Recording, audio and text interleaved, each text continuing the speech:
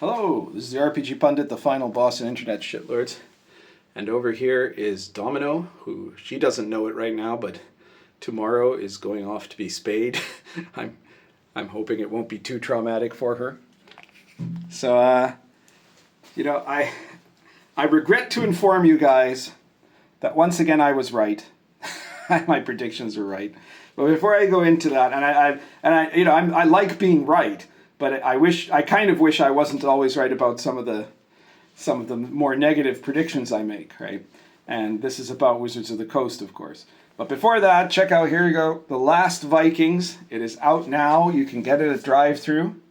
And it is a spectacular product, and people are already devouring it. As you can see, Domino is standing approvingly on guard of my only copy thus far of The Last Vikings. My other copies are coming later. This one was a proof print so that I could do the video at the same time as the book comes out. And the book is out now. You can check it out. Check out the previous video to this one. It's my flip through as I unboxed the Last Vikings book, and you'll find out everything that's in it. And I'm pretty sure, well, let's put it this way, unless you hate Vikings, you're going to like this book. I'm sure of it.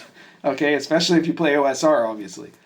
So be sure to check that out. Check out, there's Heroes and Villains of the Silk Road, which is a great source book for Sword and Caravan, and also a great history book in general about the timeline of the Silk Road in the period between the Third Crusade and the Mongol invasion. And down there's the Old School Companion 2, which is a collection of mostly sandbox-style adventures. There's, I think, 26 or 27 of them in there. And they are all based on medieval history, folklore, folk tales, legends, and in some cases even poems or songs. So check those out. Check everything else out that's in my... You just expand the description box of this video and you'll see links to all my products. At the very top will be the link to the drive-thru site for Last Vikings. Be sure to check all of those out, okay? And while you're at it, check out the Pundit Files at the Red Room store, not drive-thru, that one. That was at the Red Room store. The latest issue is still Madness, which is a collection of different madness mechanics for all situations that you might require in a D&D type game. And I'm sure you'll find that interesting too. It only costs $3.50. And you can get any of the 34 issues so far of the Pundit Files for $3.50. Okay, so what am I right about? Well, you guys will probably remember if you watched this before. If you haven't, this is your first video, you'll have to trust me, that I had said quite some time ago that, basically as soon as it became clear that the VTT was a disaster and that basically the OGL crisis completely derailed the plans that Wizards had for the 2024 edition of 1D&D, and it was all falling apart, that there was a very high chance that it was going to change forever how D&D worked in terms of the business side of it, because Wizards just can't figure out how to make enough money out of it.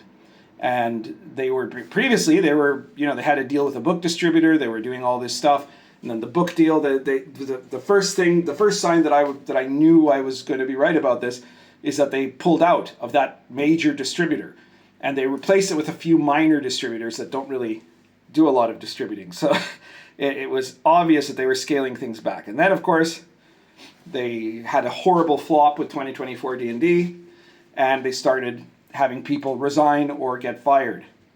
And now, today, today as of the time I'm filming this, it'll probably be a day or two after by the time you see this, there was an announcement that replacing Jess Lanzillo, who had only gotten to be boss of D&D for about 4 months, is a guy named Dan Ayub. And he has got a new title because he's not just the president of vice president of Dungeons and Dragons. He is the vice president of franchise of Dungeons and Dragons. And what that means is that they have brought together, or the plan is now to bring together all the stuff, according to the news reports on this, is to combine the video games, television, other games, the Dungeons and Dragons content and Dungeons and Dragons merchandise all under one roof, to better coordinate, they say. And this is essentially the proof of what I've been saying was going to be the tactic so far, right? That Dungeons and Dragons, they literally say in one of the articles that it means that Dungeons and Dragons is going to not be looked at as a game anymore, but as a lifestyle brand. So it means that Dungeons and Dragons for Wizards is no longer about the game, in the same way that maybe, you know, Marvel for Disney is not about the comic, right? Even though they might use stuff from the comic in their movies and on their franchising and their toys and such, right? So this is the path that they're going to take, which doesn't mean necessarily that there'll never be another D&D book that they publish after they're done with whatever's currently left on the rota to do, but it does mean that whatever they do is going to be done from the point of view of what is good for merchandising rather than for D&D as a game. And so these will be special things, special events, you know, box sets or commemorative stuff or stuff tied to other franchises even, potentially. You know, you'll do a crossover with D&D and G.I. Joe or something. I don't know what, but something along those lines, right? Monopoly and D&D. All of that sort of stuff will be the emphasis. And the emphasis will no longer be in catering specifically to the RPG gamer hobby. And Ayub was apparently, he was involved in some video games before this, and I think Halo, I think it was. I don't know if I'm remembering that right, but I think that was it. And then he was working in Wizards itself.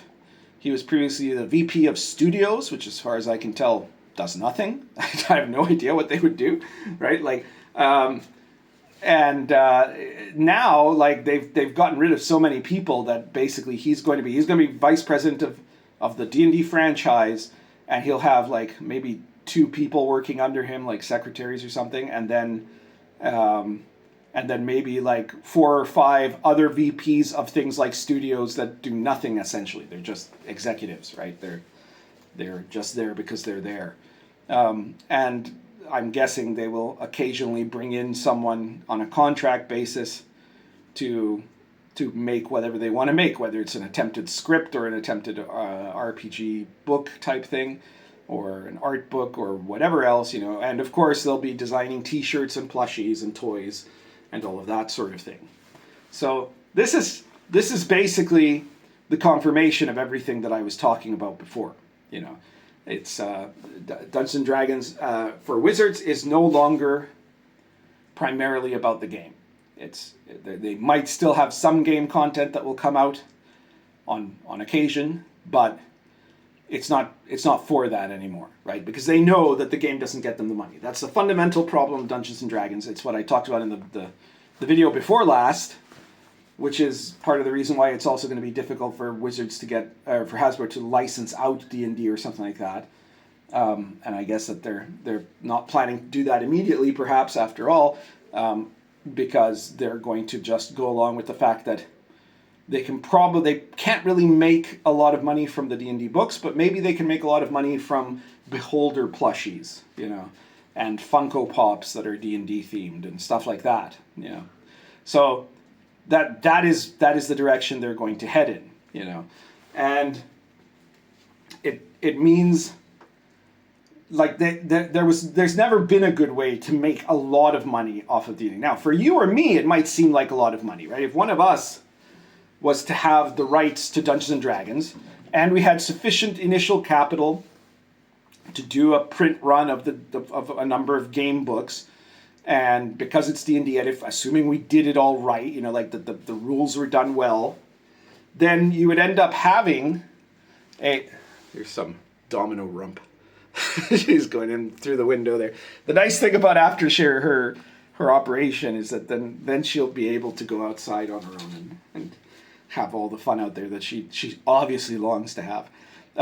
Sorry, that you know, we if we did it right, we could do for what would seem like really well, right? Like a person might make millions of dollars off of D&D, but millions of dollars is nothing to Hasbro, right? Hasbro, you know, the reason that they hired Cynthia Williams was because she promised she would make it $1 billion